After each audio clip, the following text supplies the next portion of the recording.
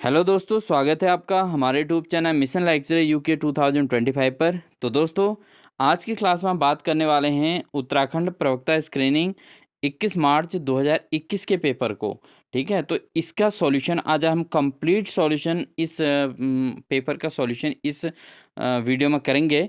तो दोस्तों, बिना स्किप के पूरी क्लास को जरूर वॉच कीजिएगा, क्योंकि दोस्तों इस क्लास के अंतर्गत आज हम कंप्लीट एनालाइज करेंगे कि किस तरीके से एग्ज़ाम पेपर सेट किया जाता है और कौन से टॉपिक्स हमें अपने सिलेबस से छोड़ने चाहिए और कौन से टॉपिक्स को हमको ज़्यादा इंपॉर्टेंस देनी चाहिए। आप इस पेपर में देखोगे कुछ टॉपिक से क्वेश्चन 7-7 8-8 भी दे दिए गए हैं और किसी टॉपिक से बिल्कुल भी टॉपिक को नहीं लिया गया है, क्वेश्चन नहीं लिया गया है। तो ऐसे टॉपिक्स को एग्ज़ाम के लिए ज़्यादा महत्व देना इंपॉर्टेंट नहीं बनता और स्किप करने में फ़ायदा होता है। तो वो अभ्यर्थी जो एक प्लानिंग के तहत एग्ज़ाम की तैयारी करते हैं, उनका सिलेक्शन हो जाता है। और जो अभ्यर्थी जो है पूरे सिलेबस को कवर करने के मूड में रहते हैं और उनका क्या होता है कि मेन चीज़ें वहाँ पर छूट जाती हैं या वो उस समय तक भूल जाते हैं। तो ये सारी प्रॉब्लम्स को फेस ना करना पड़े, इसलिए आज हम पूरे क्लास को पूरे जो है यहाँ पर 150 क्वेश्चन पूरे कंप्लीट सॉल्व करेंगे दोस्तों यहाँ पे।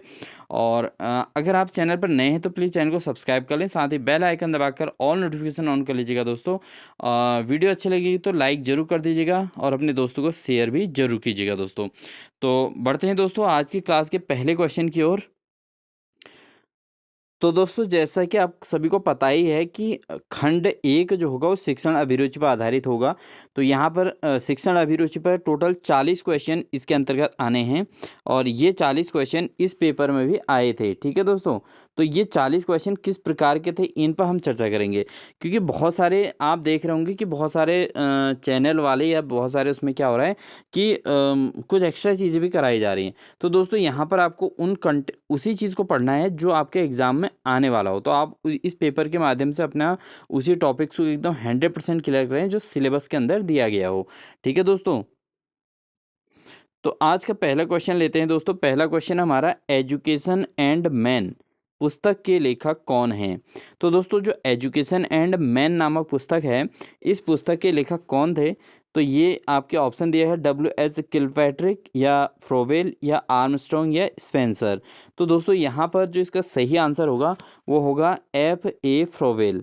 ठीक है दोस्तों, F.A. फ्रोवेल दोस्तों एजुकेशन एंड मैन नामक पुस्तक के लेखक हैं। ठीक है, तो बहुत इंपॉर्टेंट ये क्वेश्चन है इन फ्यूचर के लिए भी। ठीक है दोस्तों, बढ़ते हैं अगले प्रश्न में। अगला क्वेश्चन है दोस्तों, किंडरगार्टन पद्धति के जन्मदाता थे। तो दोस्तों, किंडरगार्टन जो पद्धति थी वो उसके जन्मदाता कौन थे। इसके लिए ऑप्शन दिए गए थे F.A. फ्रोवेल या पेस्टोलॉजी या किंडरगार्टन या DV।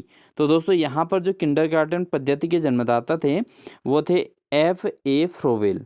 F.A. फ्रोवेल दोस्तों यहाँ पर किंडरगार्टन पद्धति के जन्मदाता रहे थे। ठीक है, बढ़ते हैं दोस्तों अगले प्रश्न में। अगला प्रश्न है शिक्षण कौशलों के प्रयोग से विकसित होता है। अब इसमें देखो दोस्तों, ये बहुत इंपॉर्टेंट क्वेश्चन है, इसको आप ज़रूर नोट कर लीजिए क्योंकि ये इस बार भी आ सकता है। तो शिक्षण कौशलों के प्रयोग से विकसित होता है, क्या विकसित होता है, अधिगम, शिक्षण या परीक्षा या मूल्यांकन। तो दोस्तों, जब शिक्षण कौशलों का विकास किया जाएगा तो क्या डेवलप होगा, वो शिक्षण डेवलप होगा, टीचिंग स्किल डेवलपमेंट होगा दोस्तों। तो इसका सही आंसर क्या हो जाएगा दोस्तों, शिक्षण इसका सही आंसर हो जाएगा। अगला क्वेश्चन दिया है दोस्तों, क्वेश्चन नंबर 4 है वैल्यू यानी कि मूल्य इस शब्द की उत्पत्ति हुई थी। अब ये जो वैल्यू शब्द है दोस्तों, इसकी उत्पत्ति किस शब्द से हुई थी या इंग्लिश के किस वर्ड से हुई थी। तो ये ऑप्शन है, एक तो वेलेरा, एक है वैल्यूएरा और एक है वेलाई और इनमें से कोई नहीं। तो दोस्तों, जो वैल्यू शब्द की उत्पत्ति हुई थी वो हुई थी वेलेरा से। किससे हुई थी, वेलेरा से, VALERE से, वेलेरे शब्द से दोस्तों यहाँ पर वैल्यू शब्द की उत्पत्ति हुई थी। तो इसका ये ऑप्शन सही होगा, बाकी वैल्यूएरे और वेलाई ये दोनों गलत हैं दोस्तों। ठीक है, बढ़ते हैं दोस्तों अगले प्रश्न की ओर। अगला क्वेश्चन है दोस्तों, क्वेश्चन नंबर 5, अनुशासन प्रेम पर आधारित एवं नियंत्रित होना चाहिए, यह किसने कहा था। तो दोस्तों, डिसिप्लिन का टॉपिक भी अभी इस सिलेबस में पूरे अच्छे तरीके से है, तो ये डिसिप्लिन से ही क्वेश्चन है। अनुशासन प्रेम पर आधारित एवं नियंत्रित होना चाहिए, ये किसने कहा था। तो दोस्तों, ऑप्शन है John DV, Pestalozzi, PT Nunn या रूसो। तो ये जो कहा था, जो शब्दावली थी दोस्तों, किसकी थी? वो थी पेस्टोलॉजी की। पेस्टोलॉजी ने कहा था दोस्तों, अनुशासन प्रेम पर आधारित एवं नियंत्रित होना चाहिए। अगर अनुशासन जो है प्रेम पर आधारित हो तो ज़रूर वो नियंत्रित भी होगा और वही अनुशासन जो है लगातार बना रहेगा। ठीक है, अगर हम उसको नियंत्रित करने के लिए अन्य तरीके अपनाएंगे तो वहाँ अनुशासन जो है उतनी देर तो सही रहेगा, बाकी उसके बाद फिर अनुशासन भंग हो सकता है। ठीक है दोस्तों। अगला क्वेश्चन है दोस्तों, डिजिटल इंडिया प्रोग्राम के अंतर्गत कितने क्षेत्र सम्मिलित हैं? तो डिजिटल इंडिया जो प्रोग्राम है दोस्तों, इस प्रोग्राम के अंतर्गत कितने क्षेत्र सम्मिलित हैं? तो ऑप्शन है 7, 8, 9, 10। तो इसका अगर हम सही आंसर की बात करें दोस्तों, वो है आपका ऑप्शन नंबर सी, यानी कि 9 इसके जो है क्षेत्र इसमें सम्मिलित हैं। किसके अंतर्गत दोस्तों? Digital digital India program, DIP। ठीक है, DIP में कितने क्षेत्र सम्मिलित हैं दोस्तों? टोटल हैं 9 क्षेत्र सम्मिलित हैं दोस्तों DIP के अंतर्गत। अगला क्वेश्चन है दोस्तों, CIET का पूर्ण रूप क्या है? तो CIET का पूर्ण रूप क्या है दोस्तों? ऑप्शन है central institute of education technology, central institute of education and technology, combined institute of education and training, combined institute of education and technology. तो दोस्तों अगर हम एग्जाम में बैठे रहते हैं तो वहाँ पर ये सारी चीज़ें हमको सब लगभग सही दिखती हैं, बट इसमें से कोई एक ही चीज़ होता है जो एक्यूरेट होता है, वो वही कैंडिडेट कर पाता है जो एग्ज़ाम्स के लिए स्टडी करके गए हों। ठीक है, तो इसका जो सही आंसर होगा दोस्तों, वो ए आंसर सही होगा, central institute of education technology. तो CIET का पूरा रूप क्या है दोस्तों? Central institute of education technology. बढ़ते हैं दोस्तों अगले प्रश्न में, राष्ट्रीय सूचना विकास केंद्र सेवा इंक की स्थापना कब हुई थी? तो राष्ट्रीय सूचना विज्ञान केंद्र जो है जिसको इंक के नाम से भी जाना जाता है, तो इसकी स्थापना कब हुई थी? तो दोस्तों इसकी स्थापना जो हुई थी वो हुई थी 1995 में, 1995 में दोस्तों, राष्ट्रीय सूचना विज्ञान केंद्र सेवा इंक। ठीक है, इसका जो है यहाँ पर स्थापना 1995 में हुई थी दोस्तों। अगला क्वेश्चन है दोस्तों, शिक्षकों हेतु राष्ट्रीय पुरस्कार कब प्रारंभ हुआ था? तो दोस्तों जब टीचर्स को जो है जो नेशनल प्राइज़ मिलता है, वो कब प्रारंभ हुआ था? तो ये हुआ था दोस्तों 1958 में। कब हुआ था? 1958 में दोस्तों शिक्षकों हेतु भी राष्ट्रीय पुरस्कार का आयोजन किया गया था, यानी कि शिक्षकों को उनके उत्कृष्ट कार्य हेतु पुरस्कृत नेशनल लेवल पर पुरस्कृत करने का जो कार्य प्रारंभ हुआ था, वो सबसे पहले 1958 में हुआ था दोस्तों। ठीक है, तो 15 अगस्त 1947 को देश आज़ाद हुआ था। उसके जस्ट 11 साल बाद दोस्तों ये शिक्षकों हेतु राष्ट्रीय पुरस्कार प्रारंभ कर दिया गया था। बढ़ते हैं दोस्तों अगले प्रश्न में, इनमें से कौन सा व्यक्तित्व विकास में सहायक है? तो अगर पर्सनालिटी डेवलपमेंट की बात करें दोस्तों, क्या इसमें से जो है पर्सनालिटी डेवलपमेंट में हेल्पफुल होगा दोस्तों? ऑप्शन है आपका पाठ्य सहगामी क्रियाएं, उसके अलावा परियोजना कार्य या खेल या ये सभी।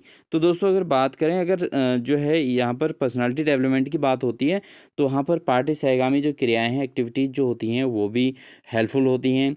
परियोजना कार्य जो प्रोजेक्ट वर्क दिया रहता है उसमें बच्चे ग्रुप में वर्क करते हैं, तो वहाँ पर भी पर्सनालिटी डेवलपमेंट होता है।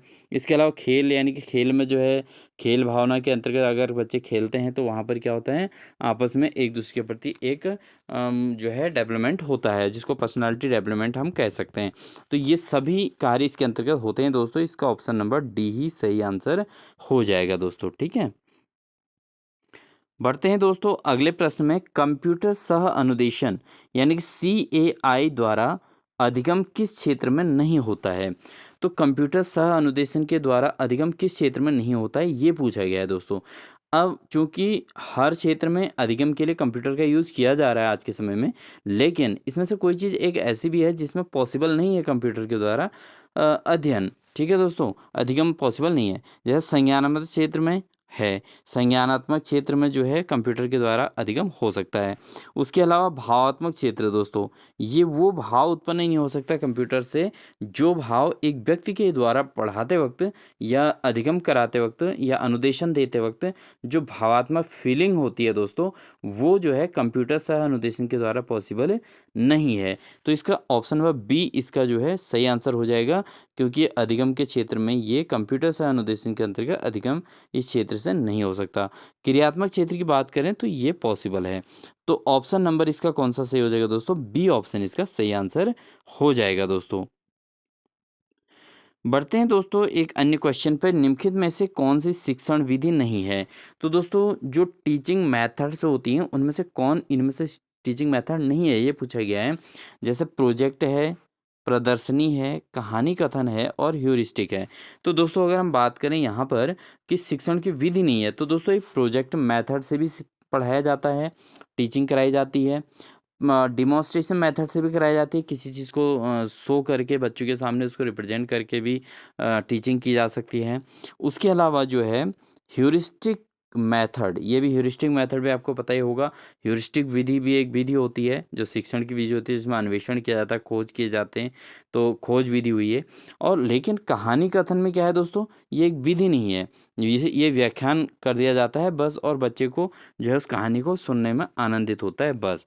इसको विधि के अंतर्गत काउंट नहीं किया जाता दोस्तों।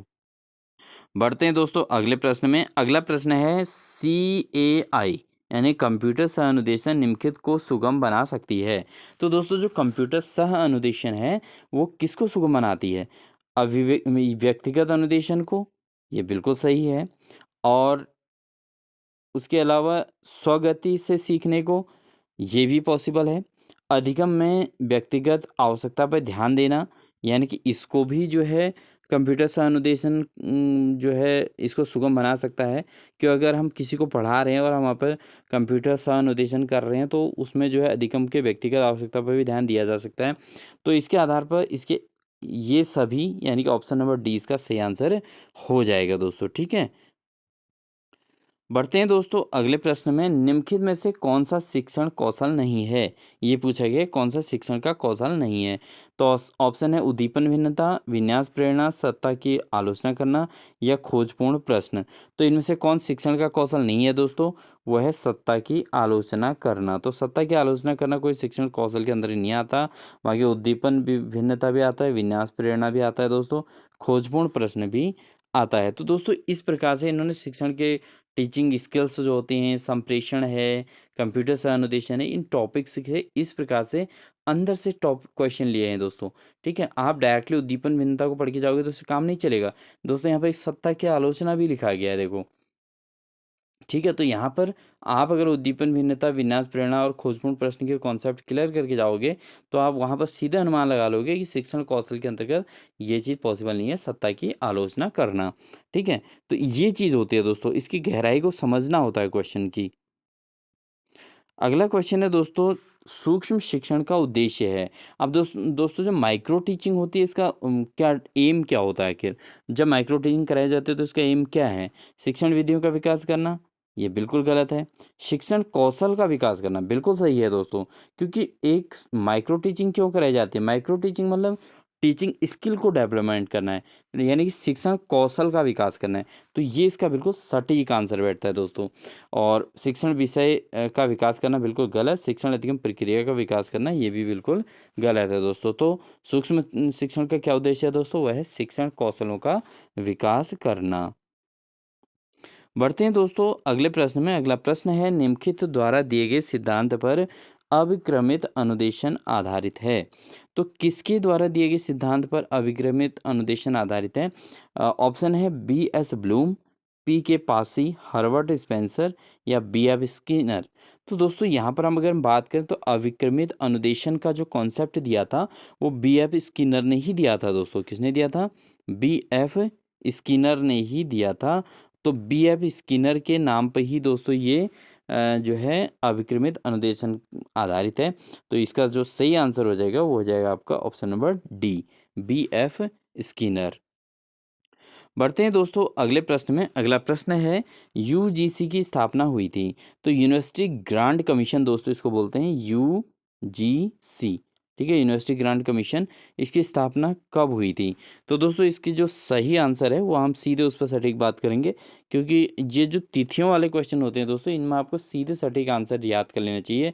अगर आप अन्य ऑप्शंस को भी सुनेंगे तो कहीं न कहीं आपका माइंड डाइवर्ट हो जाएगा और आप आंसर एग्ज़ाम में गलत कर देंगे।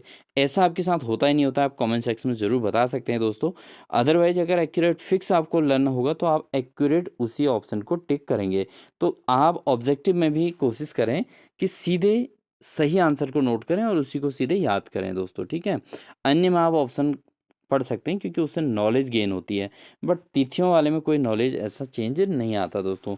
तो यूजीसी की जो स्थापना हुई थी दोस्तों 1956 में हुई थी। अभी हमने बात की थी दोस्तों 1958 में एक घटना हुई थी, वो कौन सी घटना थी उसको आप कमेंट सेक्शन में ज़रूर बताएंगे दोस्तों, ठीक है। बढ़ते हैं दोस्तों अगले प्रश्न में। राष्ट्रीय शिक्षा नीति 1986 में शिक्षा पर विचार किया गया है।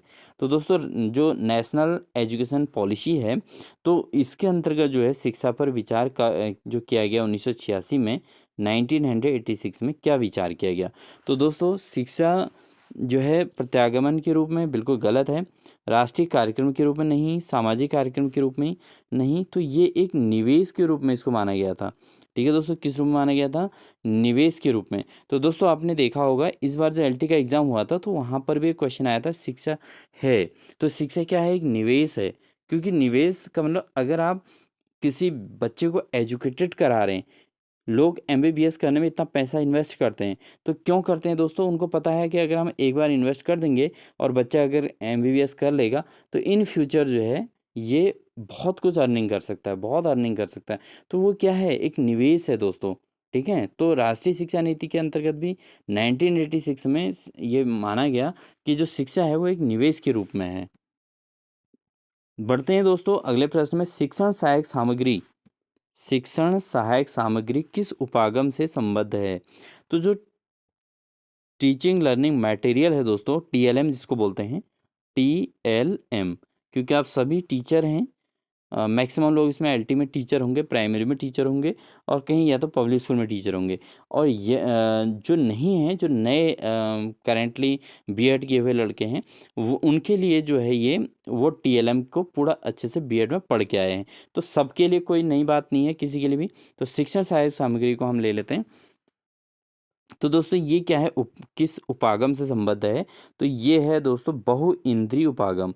अगर बच्चे के आगे आप टीएलएम को रख देते हैं दोस्तों, टीएलएम को रखने से क्या होता है? बच्चे का ध्यान बिल्कुल कॉन्सेंट्रेट हो जाता है। बच्चा बिल्कुल ध्यान से उस चीज़ को देखता है कि जो मैडम या टीचर जो चीज़ लाए हैं वो क्या है आखिर, उसकी ओर उनका बिल्कुल कॉन्सेंट्रेशन बढ़ जाता है। तो ये क्या है? बहुइंद्रिय उपागम के तौर पे यूज होता है दोस्तों। बढ़ते हैं दोस्तों अगले प्रश्न में। अगला प्रश्न है ली थायर के अनुसार संप्रेषण के मूल कार्यों को बांटा जा सकता है। तो दोस्तों इस पेपर में आपने देखा होगा संप्रेषण सबसे ज़्यादा क्वेश्चन आए हुए हैं। तो ली थायर के अनुसार संप्रेषण के मूल कार्यों को बांटा जा सकता है। तो ली थायर के अनुसार संप्रेषण को कितने भागों में बांटा जा सकता है दोस्तों? ये बांटा जा सकता है टोटल 4 भागों में दोस्तों। कितने भागों में? 4 भागों में संप्रेषण को मूल कार्यों को बांटा जा सकता है, टोटल 4 भागों में दोस्तों। बढ़ते हैं दोस्तों अगले प्रश्न में। राष्ट्रीय अध्यापक शिक्षा परिषद एनसीटीई की स्थापना हुई। तो दोस्तों NCTE national council of teacher education, ठीक है, national council of teacher education की स्थापना कब हुई थी दोस्तों? तो इसकी स्थापना दोस्तों 1973 में हुई थी। आप इसको ज़रूर नोट कर लें और ये आपका इम्पोर्टेंट क्वेश्चन में भी होता है दोस्तों, ठीक है। इसको आप ज़रूर नोट कर लीजिएगा क्योंकि बहुत इंपॉर्टेंट है 1973 में, ठीक है। एनसीटी की स्थापना कब हुई थी? ये हुई थी 1973 में। तो इसका ऑप्शन नंबर ए सही हो जाएगा। बढ़ते हैं दोस्तों अगले प्रश्न में। अगला प्रश्न है कोठारी आयोग का गठन किया गया था। तो कोठारी आयोग का गठन कब किया गया था दोस्तों? तो सामान्य सी बात है, जिन्होंने प्रवक्ता का सिलेबस पकड़ रखा है हाथ में, तो उसके लिए कोठारी आयोग का गठन तो बहुत आसान क्वेश्चन में है। तो दोस्तों ये जो है हुआ था 1964 में। 1964 में दोस्तों कोठारी आयोग का गठन किया गया था। बढ़ते हैं दोस्तों अगले प्रश्न में, सभी राज्यों में कॉम्प्रिहेंसिव कॉलेजों की स्थापना की जाए, यह सुझाव किसका था? तो दोस्तों सभी राज्यों में कॉम्प्रिहेंसिव कॉलेजों की स्थापना करने का सुझाव किसका था? तो दोस्तों इसका आंसर है कोठारी आयोग। कोठारी आयोग का ही जो है इसमें सुझाव था दोस्तों कि सभी राज्यों में कॉम्प्रिहेंसिव कॉलेजों की स्थापना की जाए।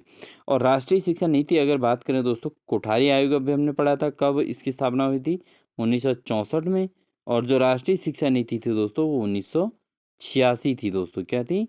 1986। और दोस्तों एक और है 1968। ये कौन सा आयोग था, इसको आप हमें कमेंट सेक्शन में ज़रूर बताएंगे दोस्तों, ठीक है। उम्मीद है आप लोग एक्टिव होंगे, और अगर आप एक्टिव होकर हमारे वीडियोस देख रहे हैं तो ज़रूर आप कमेंट सेक्शन पे अपना रिप्लाई भी देंगे, जिससे आपके माइंड का टेस्ट होगा और आप अच्छा ग्रो करेंगे, ठीक है दोस्तों। आपके एग्ज़ाम में एक अच्छी मजबूती मिलेगी, आपके प्रिपरेशन को मजबूती मिलेगी। क्योंकि कोई भी चीज़ दोस्तों किसी को बताने से और बार-बार रिपीट करने से दोनों चीज़ों में फ़ायदा ही होता है, ठीक है? तो इस चीज़ का आप ध्यान दें। बढ़ते हैं दोस्तों अगले प्रश्न में। अगला प्रश्न है, शिक्षण कार्य के मुख्य घटक हैं। तो दोस्तों जो टीचिंग वर्क है इसके मुख्य घटक क्या-क्या हैं? तो इसके जो मुख्य घटक होंगे दोस्तों क्या होंगे? शिक्षक, छात्र, अभिभावक से कोई ज़्यादा मतलब नहीं है। शिक्षक, छात्र और प्रधानाचार्य तक ही सीमित नहीं है दोस्तों। किससे? ये सीमित है दोस्तों शिक्षक, छात्र और पाठ्यक्रम। अगर विद्यालय में शिक्षक हो जाएँ, छात्र हो जाएँ, प्रधानाचार्य हो जाएँ और पाठ्यक्रम ही नहीं है, पढ़ाना क्या है? बहुत सारे कोर्सेज़ ऐसे हैं दोस्तों, जैसे अभी अगर आपको बता दें कि अभी उत्तराखंड के अंतर्गत जो सिलेबस पढ़ाया जा रहा है, इसके अंतर्गत 6, 7, 8 की क्लास के अंदर पर्यावरण विषय तो रखा गया है कहीं-कहीं, लेकिन पर्यावरण की कोई बुक निर्धारित नहीं की गई है। ऐसी अन्य चीज़ों में भी है दोस्तों, बहुत जगह बहुत सब्जेक्ट में, ठीक है ना? तो अगर वहाँ पर पाठ्यक्रम निर्धारित नहीं है, तो वो शिक्षण कार्य जो है उतना मतलब अच्छे से नहीं हो पाएगा दोस्तों, ठीक है? तो शिक्षण कार्य के मुख्य घटक क्या हैं? शिक्षक, छात्र और पाठ्यक्रम, ठीक है? विद्यालय में प्रधानाचार्य नहीं होंगे, तो अगर प्रधानाचार्य नहीं भी हुए, किसी विद्यालय में, बहुत सारे विद्यालय आपने देखे होंगे दोस्तों, अगर प्रधानाचार्य नहीं भी हैं, तो वहाँ पर भी विद्यालय अच्छे खासे चल रहे हैं। क्यों? क्योंकि वहाँ पर जो टीचर हैं वो अपने कर्तव्यनिष्ठ हैं। मतलब उनमें से मैक्सिमम टीचर अपने वो कर्तव्यों का निर्वहन कर रहे हैं। तो उनको इससे मतलब नहीं कि प्रधानाचार्य ऊपर से हमको देख रहे हैं या नहीं देख रहे हैं, ठीक है ना दोस्तों? और शिक्षक, छात्र, अभिभावक वाला ऑप्शन भी गलत हो जाएगा दोस्तों, क्योंकि पेरेंट्स नहीं होता है विद्यालय में। विद्यालय में कौन होते हैं? शिक्षक होते हैं, छात्र होते हैं। तीसरा घटक ऐसा है जो विद्यालय में होता है, वो है दोस्तों पाठ्यक्रम, ठीक है ना? तो इसका ऑप्शन नंबर सी इसका सही आंसर हो जाएगा। और शिक्षक और छात्र ये भी कोई मुख्य घटक में नहीं आते हैं। तो ये हैं दोस्तों, ठीक है? ऑप्शन नंबर कौन सा हो जाएगा इसका सही? सी ऑप्शन इसका सही आंसर हो जाएगा दोस्तों। बढ़ते हैं दोस्तों अगले प्रश्न में। अगला प्रश्न है, मूल्यांकन के क्षेत्र हैं। तो मूल्यांकन के क्षेत्र क्या हैं दोस्तों? सीमित, असीमित, संकुचित या विस्तृत। तो दोस्तों जो इवैल्यूएशन हो सकता है, इवैल्यूएशन का क्षेत्र सीमित या असीमित नहीं होता दोस्तों, और संकुचित भी नहीं होता। मूल्यांकन कैसे होता है दोस्तों? वो तो विस्तृत तौर पर होता है दोस्तों। अब एक बच्चा जो है एक एग्ज़ाम देता है, और अगर उस परीक्षा में अगर वो अच्छे अंक नहीं ला पा रहा है और पूरे साल भर क्लास में एक्टिव है बहुत अच्छे तरीके से, क्या टीचर कॉपी चेक करते वक़्त तो उसकी कॉपी में ये देखेंगे कि इसने कॉपी में कितना वर्क किया है? उस बच्चे की का चेहरा आ जाता है दोस्तों। जब कॉपियाँ चेक होती हैं, तो उस बच्चे का जो है इवैल्यूएशन करते वक़्त उस बच्चे का क्या आ जाता है, कॉपी नहीं, कॉपी में तो उसने वर्क नहीं किया, माना हो सकता है उसकी तबीयत उस दिन खराब हो, बट उसके एनुअल जो उसके साल भर या उसके उस मंथ में, जो अगर मंथली टेस्ट हम ले रहे हैं तो उस मंथ की उपस्थिति देखी जाती है कि वो कब उपस्थित रहता था, क्लास में जब पढ़ा रहे थे तो कितना एक्टिव था ना, कितना एक्टिव रहता है, उसको आता कितना है, इन चीज़ों का, सभी चीज़ों का मूल्यांकन किया जाता है दोस्तों, ठीक है नहीं? तो उसके आधार पर मूल्यांकन के क्षेत्र जो है विस्तृत माना गया है।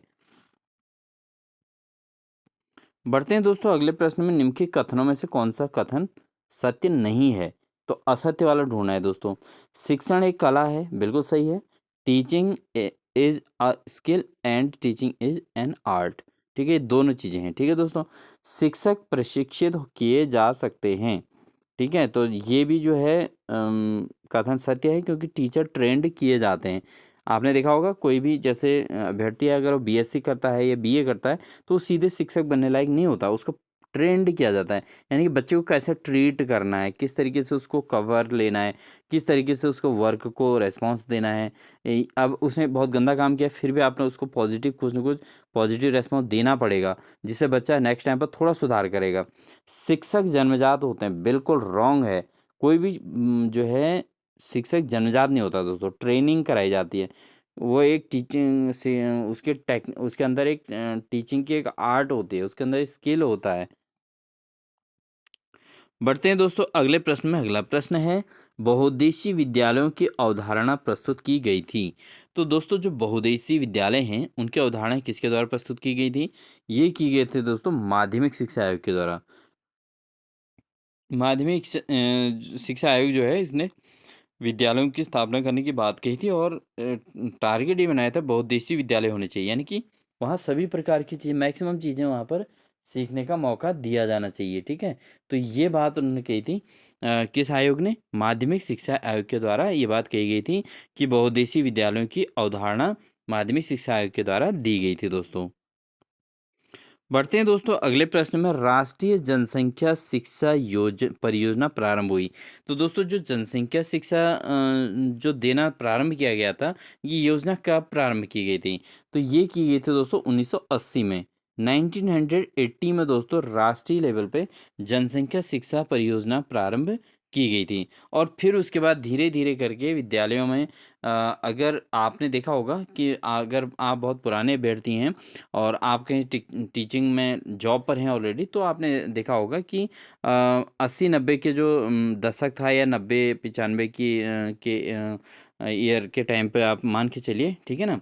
तो इस बीच आपने देखा होगा राष्ट्रीय जनसंख्या शिक्षा जो है अभियान चलाया गया था। तो जनसंख्या शिक्षा अभियान के अंतर्गत जनसंख्या को कंट्रोल करना और इस पर आधारित जो है काफ़ी चीज़ें क्लासेस दी जाती थी, एडवांस क्लासेस दी जाती थी स्कूलों में। ठीक है, तो वहाँ पर कुछ ट्रेनर टाइप के आते थे और वो अपनी बातों को रखते थे दोस्तों। तो ये कब प्रारंभ किया गया था? 1980 से प्लानिंग प्रारंभ हुई थी दोस्तों।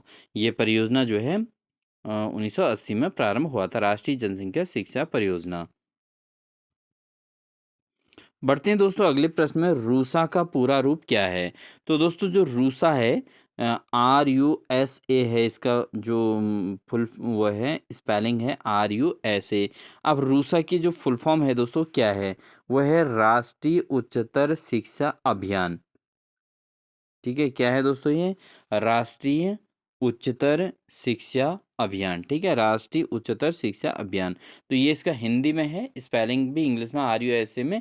आर का मतलब राष्ट्रीय है, यू का मतलब उच्चतर है, एस का मतलब शिक्षा है, ए का मतलब अभियान है दोस्तों। ठीक है, एग्जाम में इसके क्या ऑप्शन बन सकते हैं आपके माइंड में? राष्ट्रीय उच्च शिक्षा अभियान भी है इसका, और राष्ट्रीय उच्चतम शिक्षा अभियान भी है, राष्ट्रीय यूनाइटेड शिक्षा अभियान भी है। तो दोस्तों ऐसे गलत आंसर भी सामने सामने रखे रहते हैं, लेकिन सही वही कर पाएगा जिसने इसको पहले से स्टडी किया हुआ हो दोस्तों। ठीक है, बढ़ते हैं दोस्तों अगले प्रश्न में। अगला प्रश्न है, निम्नलिखित में से कौन सा कार्य कंप्यूटर का नहीं है? अब इसमें पूछा गया है कि कंप्यूटर का कार्य कौन सा नहीं है दोस्तों, ये पूछा गया है। तो अगर परीक्षण आंकड़ों का प्रक्रियाकरण, ये तो बिल्कुल सही है, क्योंकि कोई भी आंकड़े हैं उनको जो है प्रक्रियाकरण का काम तो कंप्यूटर का ऑलरेडी वर्क ही वही होता है। लेखा परीक्षण हेतु भाई कोई भी लेखा जोखा का कार्य है वो कंप्यूटर से ही किया जाता है। लेकिन मूल्य विकास करना ये बिल्कुल गलत है दोस्तों, मूल्य का विकास नहीं हो सकता कंप्यूटर से। ठीक है, शिक्षण की न्यूनापूर्ति या न्यूनापूर्ति है दोस्तों यहाँ पे। तो शिक्षण की न्यूनापूर्ति का मतलब है कि अगर जैसे शिक्षण की व्यवस्था नहीं है तो वहाँ पर कंप्यूटर आगे से लगा दो और कंप्यूटर द्वारा पढ़ाया जा रहा है, तो उस आपूर्ति को कर सकता है कंप्यूटर। बट कौन सा कंप्यूटर का कार्य नहीं है पूछा गया दोस्तों, तो मूल्य का विकास नहीं हो सकता कंप्यूटर से। अगर आप कंप्यूटर की क्लास दे दोगे बच्चों को और आप जो है बिल्कुल नहीं पढ़ाओगे, तो दोस्तों बच्चों के अंदर कुछ भी डेवलपमेंट नहीं होगा। केवल जो चीज़ वो कंप्यूटर पढ़ा रहा है उतनी चीज़ों को सीख लेंगे। एडिशनल जो आप पढ़ाते वक्त बोलते हैं, जो भी जानकारियाँ देते हैं, वो कुछ भी बच्चे के अंदर डेवलपमेंट नहीं होगा दोस्तों। बढ़ते हैं दोस्तों अगले प्रश्न में। अगला प्रश्न है, ग्रामों में उच्च शिक्षा की आवश्यकता को सर्वप्रथम इंगित करने का श्रेय किसे दिया जाता है? तो दोस्तों जो ग्रामीण क्षेत्र में उच्च शिक्षा को क्या आवश्यकता है कि बात सबसे पहले किसके द्वारा की गई थी? ये की गई थी दोस्तों राधा कृष्ण आयोग, यानी कि जिसको विश्वविद्यालय शिक्षा आयोग का नाम भी दिया गया है। ठीक है, तो इसके द्वारा दोस्तों यहाँ पर जो है ये मांग की गई थी कि उच्च शिक्षा जो है ग्रामों में भी दी जाए। ठीक है दोस्तों, बढ़ते हैं अगले प्रश्न की ओर। अगला क्वेश्चन है दोस्तों, NCTE का मुख्य कार्यक्षेत्र क्या है? तो NCTE national council of teacher education इसका मुख्य कार्य क्षेत्र क्या है दोस्तों? तो यहाँ पर इसका मुख्य कार्य क्षेत्र साफ-साफ दिख रहा है, शिक्षक शिक्षा। यानी कि टीचर को ट्रेनिंग करानी है, शिक्षक को सिखाना है, विद्यालय की शिक्षा नहीं, प्रारंभिक शिक्षा भी नहीं, माध्यमिक शिक्षा भी नहीं। ये कैसी शिक्षा है? ये एक शिक्षक की शिक्षा है। तो एनसीटीई कराती है इसको, शिक्षक को ट्रेंड किया जाता है, ठीक है? ट्रेनिंग के रूप में यहाँ से लिया जाता है। अगला क्वेश्चन है दोस्तों, राष्ट्रीय ज्ञान आयोग के अध्यक्ष थे। तो राष्ट्रीय ज्ञान आयोग के अध्यक्ष कौन थे दोस्तों? ये थे दोस्तों सैम पित्रोदा। सैम पित्रोदा दोस्तों ये जो है राष्ट्रीय ज्ञान आयोग के अध्यक्ष रहे हैं। अगला क्वेश्चन है दोस्तों, साला दर्पण परियोजना का संबंध है। तो साला दर्पण जो परियोजना है दोस्तों, इसका संबंध किससे है? इसका संबंध है दोस्तों केंद्रीय विद्यालयों से। किससे संबंधित है दोस्तों? केंद्रीय विद्यालयों से संबंधित है साला दर्पण परियोजना। अगला क्वेश्चन है दोस्तों, आरटीई एक्ट की किस धारा के अंतर्गत गैर सहायता प्राप्त निजी विद्यालयों के 25% स्थान आर्थिक रूप से पिछड़े वर्ग हेतु आरक्षित हैं? तो ये किस एक्ट में, किस धारा के अंतर्गत ये बात आती है? तो ये आती है दोस्तों 12(1)(c) के अंतर्गत। किसके अंतर्गत? जो एक्ट है 12(1)(c) के अंतर्गत इसका सही आंसर होगा दोस्तों। बढ़ते हैं दोस्तों अगले प्रश्न में। अगला प्रश्न है, डिजिटल जेंडर एटलस बालिकाओं से संबंधित है। तो जो डिजिटल जेंडर एटलस है दोस्तों, वो बालिकाओं से संबंधित, किन बालिकाओं से संबंधित है दोस्तों? अनुसूचित जाति के, बिल्कुल सही है, अनुसूचित जाति से भी संबंधित है ये, अनुसूचित जनजाति से भी संबंधित है, मुस्लिम समुदाय से भी संबंधित है। तो दोस्तों जो डिजिटल जेंडर एटलस किन बालिकाओं से संबंधित है? वो सभी प्रकार की बालिकाओं से संबंधित है। इसका ऑप्शन नंबर डी बिल्कुल सही आंसर हो जाएगा दोस्तों। बढ़ते हैं दोस्तों अगले प्रश्न में, जवाहर नवोदय विद्यालयों की स्थापना किस सिफारिश के आधार था? तो दोस्तों जो जवाहर नवोदय विद्यालय हैं उनकी स्थापना करने का जो उद्देश्य था मेन, वो क्या था? वो था जो इसका आधार था, वो था राष्ट्रीय शिक्षा नीति 1986। तो 1996 की जो जवाहर नवोदय विद्यालयों की स्थापना का जो सिफारिश का आधार था, वो था दोस्तों राष्ट्रीय शिक्षा नीति 1986 के, ठीक है? तो 1986 की जो राष्ट्रीय शिक्षा नीति थी, उसने नवोदय विद्यालयों की स्थापना की सिफारिश की थी। बढ़ते हैं दोस्तों अगले प्रश्न में, माध्यमिक शिक्षा आयोग के अध्यक्ष कौन थे? तो माध्यमिक शिक्षा आयोग के जो अध्यक्ष थे दोस्तों, वो थे LS मुदालियर, और इस आयोग का नाम मुदालियर आयोग भी रखा गया है। माध्यमिक शिक्षा आयोग का दूसरा नाम है मुदालियर आयोग दोस्तों।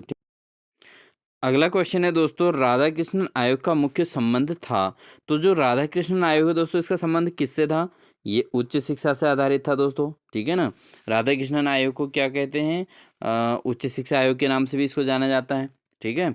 और एक अन्य नाम है, आप कमेंट सेक्शन में जरूर बताएंगे, अभी हमने इस पर चर्चा की थी। बढ़ते हैं अगले प्रश्न। अगला क्वेश्चन है दोस्तों, independent regulatory authority for higher education की स्थापना की सिफारिश किसने की थी? तो independent regulatory authority of higher education की स्थापना की जो सिफारिश की गई थी, वो किसके द्वारा की गई थी? वो की गई थी AKC के द्वारा। किसके द्वारा दोस्तों?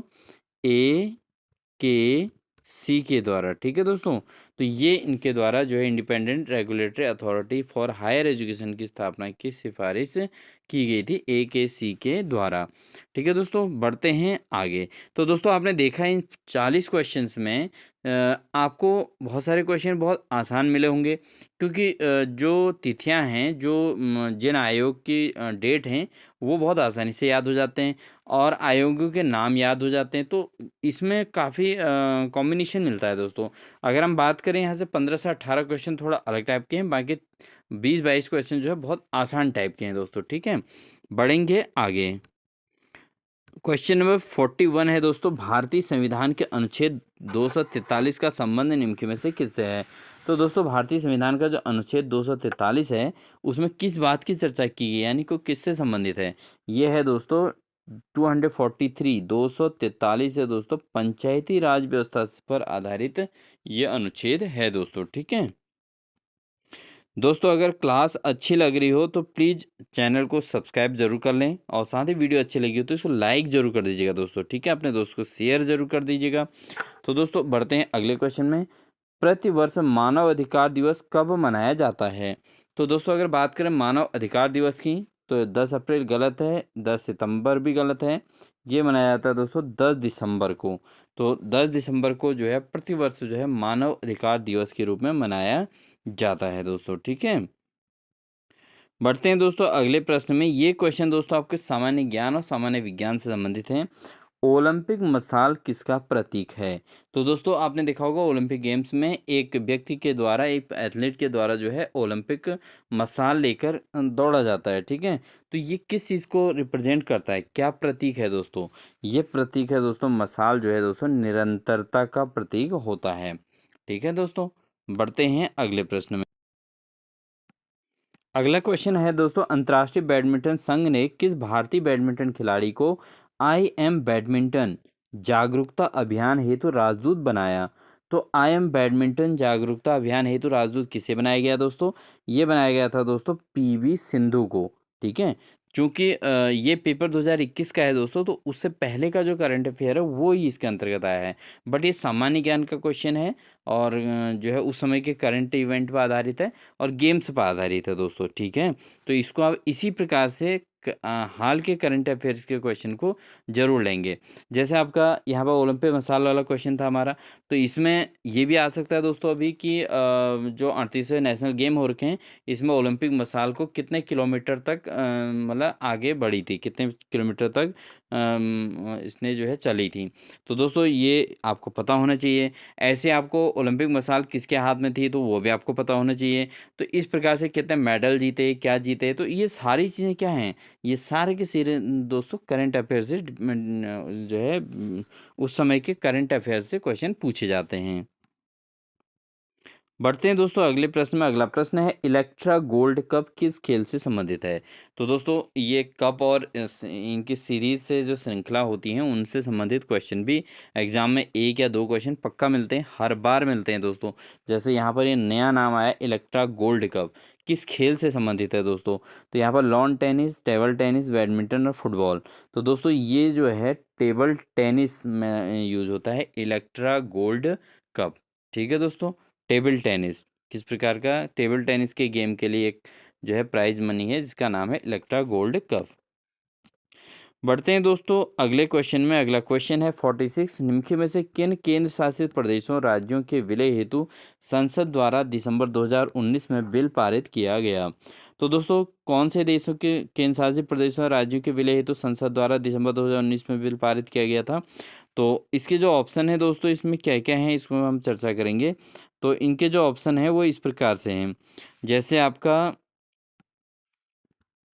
अंडमान और निकोबार एवं पुडुचेरी, असम एवं अरुणाचल प्रदेश, दादरा व नगर हवेली और दमन एवं दीव, चंडीगढ़ और दिल्ली। तो दोस्तों जो 2019 में, दिसंबर 2019 में बिल पारित किया गया था केंद्र शासित प्रदेशों हेतु, वो किया गया था किसके लिए, वो किया गया था दादरा एवं नगर हवेली और दमन एवं दीव। तो इसके लिए दोस्तों यहाँ पर प्रदेश के केंद्र शासित प्रदेशों और राज्यों के विलय हेतु संसद द्वारा दिसंबर 2019 में बिल पारित किया गया था। बढ़ते हैं दोस्तों अगले प्रश्न में। अगला प्रश्न है, भारत ने सतीश धवन अंतरिक्ष केंद्र श्री हरिकोटा से किस तिथि को अपने चंद्रयान 2 अंतरिक्ष यान का प्रक्षेपण किया गया था?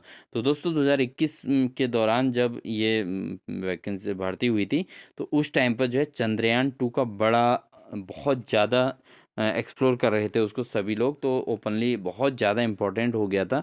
तो वो ऐसे क्वेश्चन एग्जाम में जो है बहुत यूज़फुल हो जाते हैं, ठीक है। तो यहाँ पर श्रीहरिकोटा को किस तिथि को चंद्रयान प्रक्षेपण किया गया था? तो ऑप्शन है 22 जून 2019, 22 जून 2019, 21 जुलाई 2019 या ऑप्शन नंबर डी है 22 अगस्त 2019। तो इसका जो सही आंसर होगा दोस्तों वो है आपका 22 जुलाई, 22 जुलाई है दोस्तों। अगर इसको सतीश धवन अंतरिक्ष केंद्र से जो है चंद्रयान 2 प्रक्षेपण तिथि जो है 22 जुलाई है दोस्तों, और ये 2019 में हुआ था। बढ़ते हैं दोस्तों अगले प्रश्न में। अगला प्रश्न है, भारतीय सिनेमा में योगदान के लिए दिया जाने वाला सर्वश्रेष्ठ पुरस्कार दादा साहेब फाल्के सन 2018 में किसे दिया गया था? तो जो दादा साहेब फाल्के पुरस्कार था दोस्तों 2018 में किसको दिया गया था?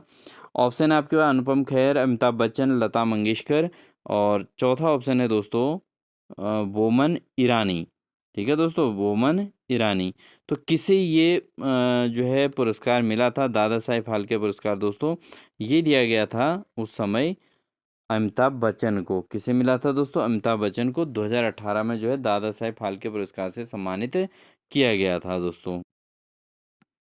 बढ़ते हैं दोस्तों अगले प्रश्न में। श्री सुंदर पिचाई किस कंपनी के मुख्य कार्यकारी अधिकारी यानी कि सीईओ हैं? तो दोस्तों उस समय के हिसाब से क्वेश्चन पूछा गया है कि सुंदर पिचाई जो है वो किस कंपनी के मुख्य कार्यकारी अधिकारी यानी कि सीईओ हैं? तो दोस्तों वो हैं आपके अल्फा, एक तो अल्फ़ाबेट इंक के हैं और दूसरा जो है गूगल एलएलसी के। ठीक है दोस्तों, ये जो है सुंदर पिचाई इसी के अभी सीईओ हैं। वर्तमान में भी अगर आप सीईओ चेक करोगे तो ये इसके सीईओ मिलेंगे आपको। ठीक है दोस्तों, तो ऑप्शन नंबर डी इसका सही आंसर रहेगा। ठीक है दोस्तों, बढ़ते हैं अगले क्वेश्चन में। अगला क्वेश्चन है दोस्तों, संयुक्त राष्ट्र के जलवायु परिवर्तन फ्रेमवर्क के अंतर्गत COP25 सम्मेलन कहाँ आयोजित हुआ? तो दोस्तों संयुक्त राष्ट्र के जलवायु परिवर्तन फ्रेमवर्क के अंतर्गत जो COP25 सम्मेलन हुआ था वो कहाँ हुआ था? वो हुआ था दोस्तों मैड्रिड यानी कि स्पेन के अंतर्गत हुआ था दोस्तों। कहाँ हुआ था? स्पेन के मैड्रिड में हुआ था दोस्तों। ठीक है, तो इसी प्रकार के सम्मेलन और इस प्रकार से जो विदेश यात्राएं हो रही हैं उनको आप भारत और विश्व वाला जो आपको दे रखा टॉपिक उसके अंतर्गत ऐसी चीज़ों को आप ज़रूर नोट करेंगे दोस्तों। ठीक है, तो ये आपके लिए एक हेल्पफुल है पेपर। हालांकि आपने ये देख भी लिया होगा लेकिन हम यहाँ पे एनालाइज भी कर रहे हैं साथ साथ में कि कैसे आपने अपनी प्रिपरेशन को मजबूती देनी है। और इसकी इन चीज़ों को आपको देख के ज़रूर एहसास हो रहा होगा कि कौन कौन से टॉपिक जो आपने पढ़े हैं और कौन कौन से आपके रह गए हैं, ये भी आपको जानकारी यहाँ पर देखने को मिल जाएगी। बढ़ते हैं दोस्तों अगले प्रश्न में। निम्नलिखित में से कौन ओस्लो समझौते से संबंधित है? तो दोस्तों जो ओस्लो समझौते से संबंधित वो कौन से हैं? वह भारत और जापान के मध्य परमाणु समझौता।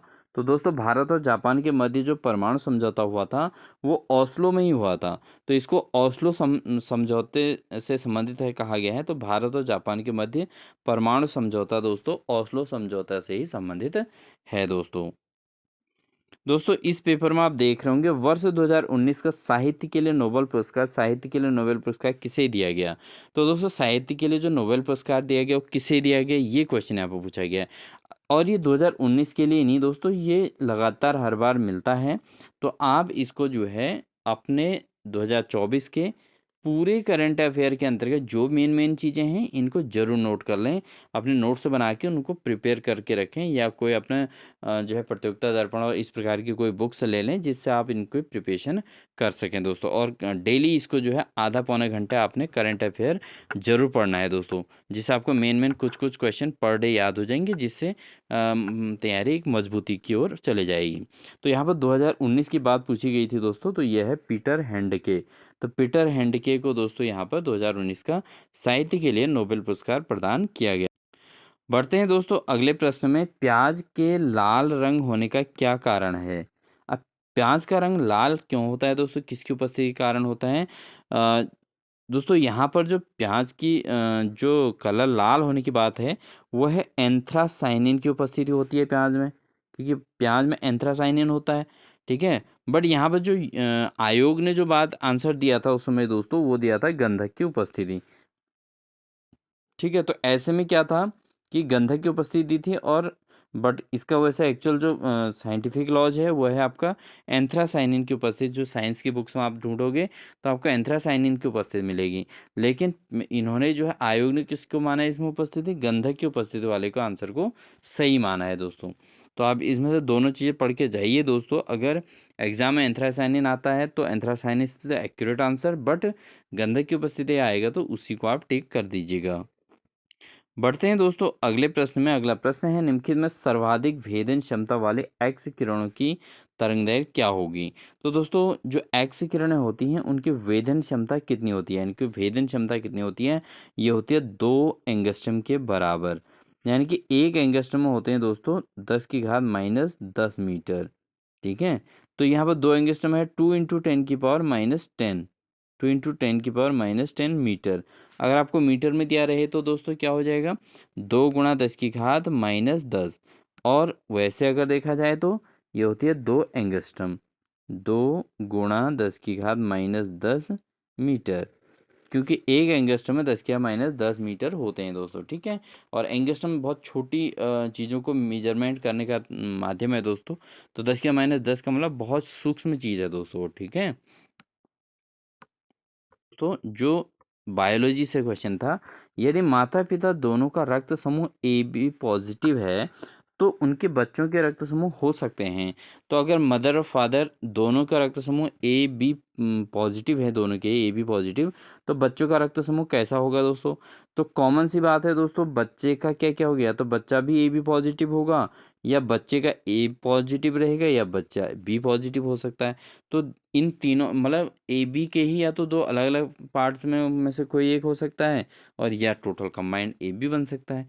तो कॉमन सेंस का ये क्वेश्चन था अभ्यर्थियों के लिए, साइंस के हिसाब से जो है, बायोलॉजी के हिसाब से अच्छा क्वेश्चन था दोस्तों ये। तो एग्जाम में ऐसे ही क्वेश्चन पूछे जाते हैं। बढ़ते हैं दोस्तों अगले प्रश्न में। अगला प्रश्न है, लोहे में जंग लगने से बचाने के लिए जिंक की परत चढ़ाई जाती, इस प्रक्रिया को क्या कहते हैं। अब दोस्तों जब लोहे पर जंग लगने की बात आती है तो उसमें जिंक की लेयर चढ़ा देते हैं, तो वो इस जो जिंक की लेयर लगाते हैं उसको क्या कहा जाता है, उसको कहा जाता है गैल्वेनीकरण, ठीक है। गैल्वेनाइजेशन इसको बोलते हैं इंग्लिश में, और हिंदी में इसको कहा जाता है दोस्तों गैल्वेनीकरण, ठीक है। आते हैं दोस्तों एक अन्य मोस्ट पॉपुलर और इम्पोर्टेंट क्वेश्चन पे, प्रकाश वर्ष किस भौतिक राशि की इकाई है। तो बहुत आसान सा क्वेश्चन है दोस्तों ये। प्रकाश वर्ष अगर बात कहें तो ये ऐसा लगता है जैसे कोई समय का मात्रक हो सकता है, बट ये होता है दोस्तों दूरी का मात्रक। किसका मात्रक होता है, दूरी का मात्रक होता है दोस्तों ये, ठीक है। और द्रव्यमान का भी नहीं, चाल का भी नहीं, ताप का भी नहीं, किसका मात्रक है, दूरी का। प्रकाश वर्ष दूरी का मात्रक होता है, डिस्टेंस को जो है रिप्रेजेंट करता है दोस्तों। बढ़ते हैं दोस्तों अगले प्रश्न में। अगला प्रश्न है, सोलर सेल सौर ऊर्जा को किस ऊर्जा में परिवर्तित करता है। तो दोस्तों जो सोलर सेल लगे होते हैं आपने देखे होंगे, दिन भर चार्ज होते हैं, उनसे एनर्जी कंज्यूम की जाती है, तो वो किस प्रकार की ऊर्जा के रूप में परिवर्तन करते हैं। तो दोस्तों ये ध्वनि ऊर्जा बिल्कुल गलत, यांत्रिक ऊर्जा गलत है, रासायनिक ऊर्जा भी गलत है, ये विद्युत ऊर्जा में जो है परिवर्तित करता है ऊर्जा को, ठीक है। सोलर सेल क्या करता है, जो एनर्जी है, जो सौर एनर्जी है, सोलर एनर्जी है, उसको जो है इलेक्ट्रिक एनर्जी में कन्वर्ट करती है, यानी कि विद्युत ऊर्जा में चेंज करता है दोस्तों।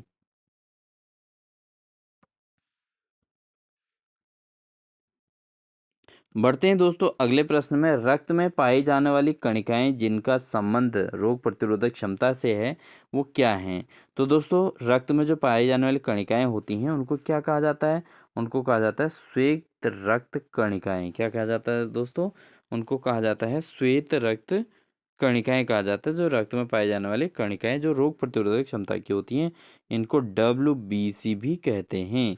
ये जो है दोस्तों रोग प्रतिरोधक क्षमता, जिसके अंदर WBC ज़्यादा होंगे उसकी रोग प्रतिरोधक क्षमता बहुत अधिक होती है दोस्तों, ठीक है। उसको बीमारियों को जो है बीमारियों से लड़ने की उसकी क्षमता ज़्यादा होती है। बढ़ते हैं दोस्तों अगले प्रश्न में। अगला प्रश्न है, टीकाकरण किसने शुरू किया। अब टीकाकरण किसने शुरू किया था दोस्तों, ऑप्शन है जोना ई सॉल्क, एडवर्ड जेनर, पोल मुलर, और या रॉबर्ट फ्रॉस्टो। तो दोस्तों जो टीकाकरण की शुरुआत की गई थी वो एडवर्ड जेनर के द्वारा की गई थी। किसके द्वारा की गई थी दोस्तों, एडवर्ड जेनर के द्वारा। दोस्तों ये हो गए हमारे टॉप 60 क्वेश्चंस इस पेपर के। और अभी तक अगर अगर आपने हमारे चैनल को सब्सक्राइब नहीं किया है तो सब्सक्राइब जरूर कर लें। साथ ही वीडियो अच्छी लग रही हो तो लाइक जरूर कर दीजिएगा दोस्तों, ठीक है। अपने दोस्तों को शेयर भी जरूर कर दीजिएगा। और साथ ही साथ दोस्तों आप जो है चैनल के बेल आइकन दबाकर और नोटिफिकेशन भी ऑन जरूर कर लीजिएगा दोस्तों। बढ़ते हैं दोस्तों अगले प्रश्न में। अगला प्रश्न है, वाहनों के पीछे का ट्रैफिक देखने के लिए किस प्रकार का दर्पण प्रयोग किया जाता है। तो दोस्तों जो वाहनों के पीछे के ट्रैफिक को देखने के लिए जो दर्पण यूज करते हैं वो होता है उत्तल दर्पण। कैसा दर्पण होता है दोस्तों, वो होता है उत्तल दर्पण होता है, जो वाहनों के पीछे के ट्रैफिक को देखने के लिए यूज किया जाता है। बढ़ते हैं दोस्तों अगले प्रश्न में। एक लुढ़कती हुई गेंद कुछ दूर जाकर रुक जाती है, वह क्यों रुक जाती है? तो दोस्तों यहाँ पर जो गेंद है अगर वो लुढ़कते हुए आगे को जा रही है और कुछ देर चलने के बाद फिर क्या हो जाती है, वो अपने आप खुद ही रुक जाती है। तो इसका कारण क्या है दोस्तों? इसका कारण है घर्षण बलों के कारण। क्योंकि कोई भी ऑब्जेक्ट जब लुढ़कते हुए जाती है तो घर्षण बल उसमें जो है एक्टिव लुढ़कने पर जो है घर्षण बल की स्थिति पैदा होने के कारण वो जो है अपने आप ही फिर रुक जाती है दोस्तों, ठीक है। बढ़ते हैं दोस्तों अगले प्रश्न में। अगला प्रश्न है, नाना घाट अभिलेख निम्न में से किस शासक के विषय में विस्तृत जानकारी प्रदान करता है? तो दोस्तों जो नाना घाट अभिलेख है वो किस शासक के विषय में विस्तृत जानकारी प्रदान करता है? वो करता है सातकर्णी प्रथम। किसके बारे में? सातकर्णी प्रथम के बारे में जो है ये विस्तृत जानकारी प्रदान करता है। कौन सा? नाना घाट अभिलेख दोस्तों। बढ़ते हैं दोस्तों अगले प्रश्न में। अगला प्रश्न है, गुरिल्ला युद्ध प्रणाली के संबंध में शिवाजी का अग्रगामी किसे माना जाता है? तो दोस्तों जो गुरिल्ला युद्ध प्रणाली थी ये शिवाजी के शासनकाल में ये युद्ध प्रणाली अपनाई जाती थी। तो ये किसे इनका अग्रगामी माना जाता है दोस्तों? वो माना जाता है मलिक अंबर को। किसको दोस्तों? मलिक अंबर को जो है गुरिल्ला युद्ध प्रणाली में शिवाजी का अग्रगामी माना जाता है। बढ़ते हैं दोस्तों अगले प्रश्न में। इंडिया विंस फ्रीडम के लेखक कौन हैं? तो दोस्तों इंडिया विंस फ्रीडम के लेखक कौन हैं? इसके लेखक मौलाना अबुल कलाम आज़ाद। दोस्तों ये इंडिया के पहले शिक्षा मंत्री भी हैं, ठीक है दोस्तों। तो इन्होंने जो है इंडिया विंस फ्रीडम, ठीक है, ये पुस्तक इनके द्वारा लिखी गई थी और एक महान शिक्षाविद थे इसलिए इनको शिक्षा मंत्री भी बनाया गया था। ये मौलाना अबुल कलाम आज़ाद। ये क्या थे दोस्तों? इंडिया के प्रथम शिक्षाविद भी थे, शिक्षा मंत्री, और इन्होंने इंडिया विंस फ्रीडम नामक पुस्तक लिखी थी। बढ़ते हैं दोस्तों अगले प्रश्न की ओर। अगला प्रश्न है, किनमें से कौन 15 अगस्त 1947 में भारतीय राष्ट्रीय कांग्रेस का अध्यक्ष था? तो इनमें से कौन 15 अगस्त 1947 में भारतीय राष्ट्रीय कांग्रेस का अध्यक्ष था? तो ऑप्शन है जवाहरलाल नेहरू, आचार्य जे बी कृपलानी, मौलाना अबुल कलाम आज़ाद, और जो लास्ट ऑप्शन है दोस्तों वो है आपके पास डॉक्टर राजेंद्र प्रसाद। तो दोस्तों इसका जो सही आंसर है वो क्या है?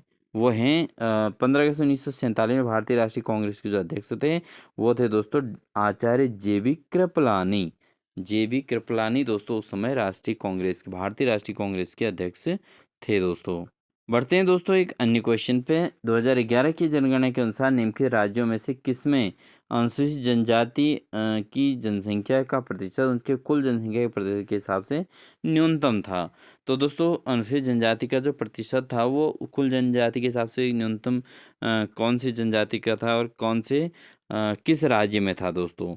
तो इसके अगर हम ऑप्शन की बात करें तो दोस्तों इसके ऑप्शन है आपके पास चार। ऑप्शन नंबर 1 है उत्तर प्रदेश, और दूसरा है बिहार, तमिलनाडु और मध्य प्रदेश। तो इसका जो सही आंसर है दोस्तों वो है उत्तर प्रदेश। तो उत्तर प्रदेश में जो अनुसूचित जनजातियों की जनसंख्या का जो प्रतिशत है अपने कुल प्रतिशत से जो है न्यूनतम था।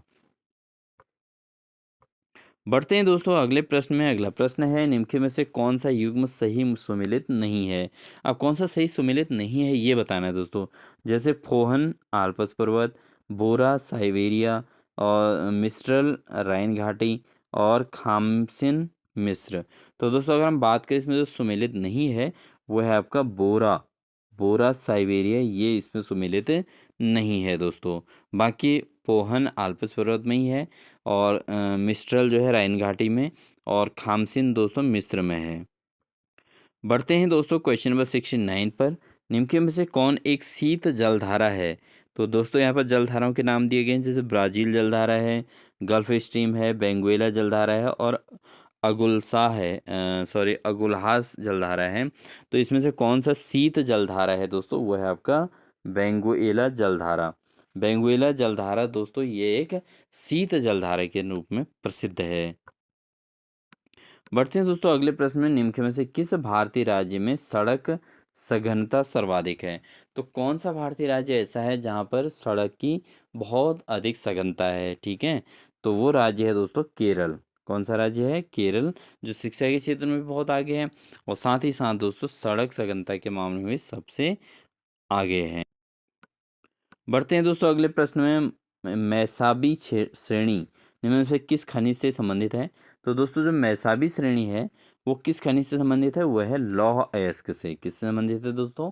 लौह अयस्क से संबंधित है मैसाबी श्रेणी। बढ़ते हैं दोस्तों अगले प्रश्न में। अगला प्रश्न है डॉकर बैंक। डॉगर बैंक जो एक महत्वपूर्ण मत्स्य क्षेत्र जाना जाता है किस सागर में स्थित है? तो दोस्तों डॉगर बैंक जो है ये मत्स्य के क्षेत्र में जाना जाता है। तो ये किस सागर में है दोस्तों? ये है उत्तर सागर में। कौन से सागर में दोस्तों? डॉगर बैंक कहाँ है दोस्तों? ये उत्तर सागर में है दोस्तों। ठीक है। बढ़ते हैं दोस्तों अगले प्रश्न में। अगला प्रश्न है निम्नलिखित में से कौन सा कोयला सर्वश्रेष्ठ प्रकार का है? तो इनमें से सबसे बेस्ट कोयला कौन सा होता है? तो पीट नहीं होता, लिग्नाइट भी नहीं, बिटुमिन्स भी नहीं, एंथ्रासाइट। दोस्तों एंथ्रासाइट नामक जो कोयला है दोस्तों ये बहुत ही सर्वाधिक बेस्ट प्रकार का कोयला काउंट होता है। बढ़ते हैं दोस्तों क्वेश्चन नंबर 74 पर। 1950 के भारतीय संविधान के भाग सी में कितने राज्य थे? तो दोस्तों 1950 में जब भारतीय संविधान की बात आई थी तो उस समय भाग सी में कितने राज्य शामिल थे? तो दोस्तों वो थे 10 राज्य। कितने राज्य? 10 राज्य शामिल थे भारतीय संविधान के भाग सी में 1950 के अंतर्गत। बढ़ते हैं दोस्तों इस क्लास के अंतिम क्वेश्चन में। भारतीय संविधान एक राष्ट्र का स्तंभ नामक पुस्तक किसने लिखा है? तो दोस्तों भारतीय संविधान एक राष्ट्र का स्तंभ नामक पुस्तक किसने लिखी थी? ये लिखी थी दोस्तों ग्रेनविले ऑस्टिन ने। किसने लिखी थी? ग्रेनविले ऑस्टिन ने लिखी थी। और ये बुक बहुत इम्पोर्टेंट है, इसको आप नोट कर लें दोस्तों। साथ ही दोस्तों हम आपको यहाँ से आगे क्लास जो है नेक्स्ट अपना पार्ट 2 में इसको देंगे क्योंकि वीडियो बहुत लंबी हो रही है दोस्तों। और साथ ही दोस्तों यहाँ पर आप इसको रिवाइज भी जरूर कर लें 75 क्वेश्चन को। तो दोस्तों वीडियो अच्छी लगे तो लाइक ज़रूर कर दीजिएगा, साथ ही अपने दोस्तों को शेयर ज़रूर कर दीजिएगा। और चैनल पर नए हैं तो चैनल को सब्सक्राइब करके बेल आइकन दबाकर ऑल नोटिफिकेशन ऑन कर लीजिएगा, जिससे आपको लगातार हमारे द्वारा इसी प्रकार की क्लासेस आपको देखने को मिलेंगी। इन्हीं सभी बातों के साथ दोस्तों मिलते हैं आपको नेक्स्ट बेहतरीन क्लास के साथ। तब तक के आप अपना ध्यान रखें, साथ ही प्लेलिस्ट में जाके हमारे प्रीवियस ईयर क्वेश्चन पेपर्स को पूरा रिवाइज करते रहें। और इन्हीं सभी बातों के साथ आप अपनी अच्छे एग्ज़ाम्स को प्रिपेयर कर सकें। और इन्हीं शुभकामनाओं के साथ wish you all the best.